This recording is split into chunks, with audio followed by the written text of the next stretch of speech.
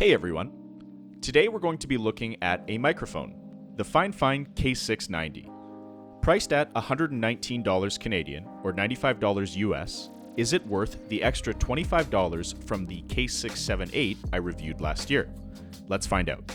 Now, as a quick disclaimer before we begin the video, FIFINE did send this microphone out for me to review. However, they do not receive an advance copy of this review before me publishing it, and it will not influence my opinion about this microphone in any way. Now, because this is a microphone review, unless otherwise stated in the video, all of the voiceover audio will be done with the K690 to give you the best idea of how the microphone sounds. Inside the box, you get a support card, a very in-depth user guide, the microphone with desk stand attached, and the same microphone arm adapter and USB cable as the K678. And the similarities don't stop there. The build is also very similar, with an all-metal casing that feels nice and sturdy to the touch. The finish is that type of metal where it's very prone to fingerprints and general finger oil, but to me that's not a major issue. A few of the controls have moved to the front of the microphone, with the mute and the headphone volume knob appearing on the front side. On the back, you get the microphone gain dial, as well as the K690's new feature, the ability to change its pickup pattern.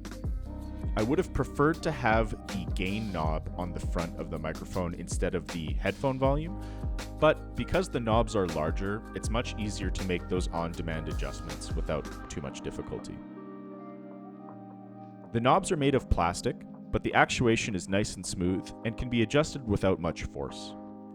I like the fact as well that it still has the onboard mute button, which makes it really easy to mute your microphone without having to go into program settings or assign a hotkey on your keyboard. One thing that initially surprised me as well was the size difference between the K690 and the K678. This is a significantly larger microphone, being about 30 millimeters longer than the K678 and just beefier in general. This does make sense as there are more components in the K690 to accommodate for its additional features. As I mentioned, you are getting the same USB cable as before. While I would have preferred a stronger connection to the microphone itself, I like the fact that you are able to quickly plug and unplug the microphone and store it when it's not in use. This was huge for me as I was using this primarily as a work microphone, so being able to tuck it away at the end of the day was incredibly helpful. Installing the microphone onto a boom arm is a breeze. Really, you just put the adapter on the end of the arm and then screw the microphone onto that and you're good to go. The cable provided is also nice and long and should be easy to accommodate for many different types of desk sizes or configurations.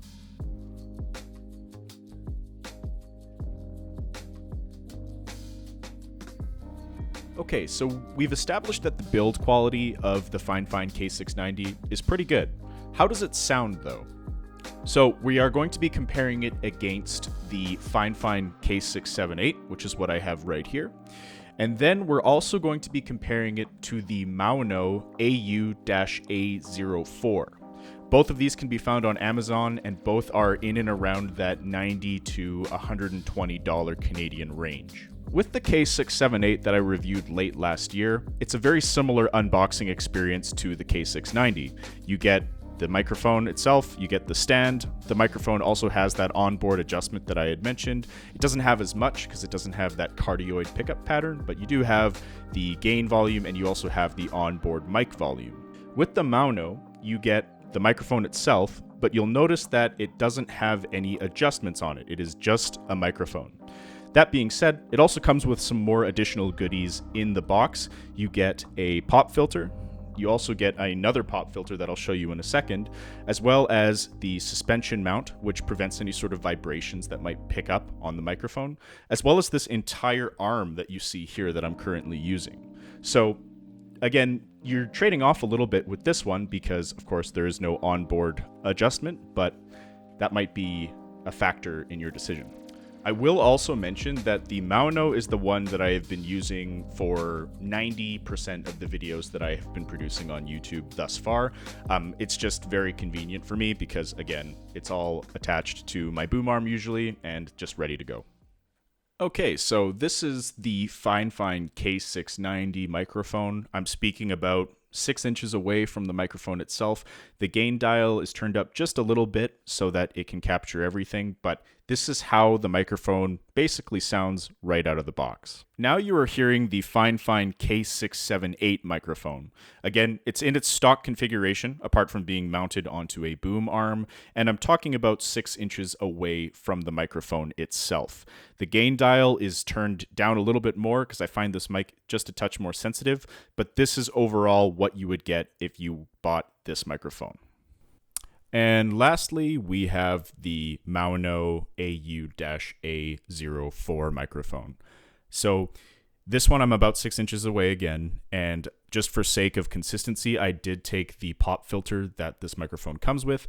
Normally, I am using a pop filter all the time because those p noises are quite accentuated whenever you're using any microphone without one. But to give you an idea, this is what I'm typically using on a daily basis. And just to show you what I mean with having a pop filter on versus off is the p noises that I was making earlier are not nearly as sharp and blowing out the microphone as compared to without one. So I would say regardless of which microphone you end up buying for your daily driver, definitely invest in some sort of a filter on the microphone to keep those unnecessary noises down to a minimum. So to be totally honest with you, I don't hear a huge difference between the different microphones that I was using, save for when I put the pop filter back on the Mauno. Now, I don't think you could go wrong with any of these microphones that I've shown you today because ultimately any of these are going to be a huge step up from an onboard microphone that you might find on your laptop. I do wish that the K690 came with a bit more accessories for the $120 Canadian price tag that it is. Specifically, something like a pop filter would be really nice, again, to reduce some of those p noises and those peaking things that you might get when you're recording. But overall, these aren't super expensive, and I'm sure you can find something like this to fit on this microphone.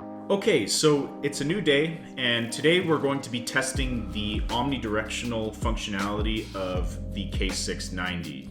For me, this is a great use case because I play a lot of Dungeons & Dragons, and one of my play groups, half the team lives in a different city. So I typically have some people over at our house here, and we play Dungeons & Dragons via Roll20, and we need a microphone that can capture everybody around the table. So the omnidirectional capabilities of this mic is something that I'm pretty interested in. Now, a couple of caveats off the top.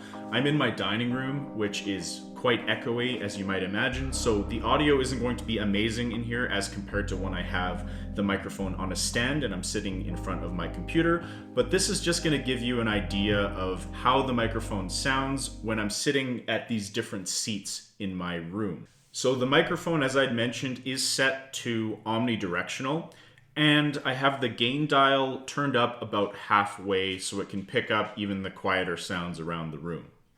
Okay, I'm sitting behind the microphone now, so when I'm in the normal setting that I'm using the K690 in, I wouldn't be picked up very well. This is how it sounds on the back side of the microphone when it is set to omnidirectional. And this is how the microphone sounds on the other side of the table. I am closer to the microphone as compared to when I was back there. So this gives you an idea of where it sounds when I am sitting on this side of the room. Now, there are two other settings for the K690 that I haven't really had a chance to test. That is the bidirectional and the stereo options. I just don't really have a use case for those two. The bidirectional, the idea is you're sitting on one side and then you have an interviewee on the other side of the room, and the mic is capturing directly what's in front and what's behind it.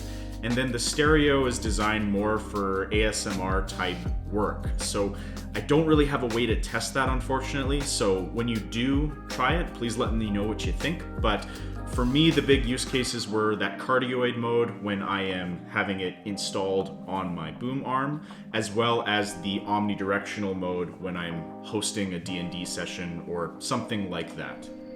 I think for the K690, the best use case is if you are using your microphone for different types of applications. So what I mean by that is if you have something like this where you're at a computer and using your microphone, that's a good use case. But also if you are, let's say, using a conference room where you need to have a microphone in the middle of the desk or the middle of the table that is picking up everybody around you, this is a much better option than something like the Mauno or something like the K690 because those are directional. This one is 360 degrees depending on the pickup pattern that you choose, so there's a really good use case there. If you are using your microphone just at your desk or just at a home office type of a situation, I don't think the variable pickup patterns are as important, and you might be able to save some money by getting something like the K690. Regardless, I think getting a pop filter for something like this is a must because, again, it really helps to clean up the sound of the microphone, as well as I would suggest investing in something like a boom arm that I have here because it really allows you to keep everything off of your desk. I can get a lot closer to the mic, which ultimately gives me the clearest audio. But those are my general thoughts on this microphone. I think overall it's pretty good for the price, and with a few additional accessories, you can really make it shine. But what do you think? Let me know in the comments below if you like this microphone, if you have some experience with it, and thanks so much for watching. We'll see you in the next video.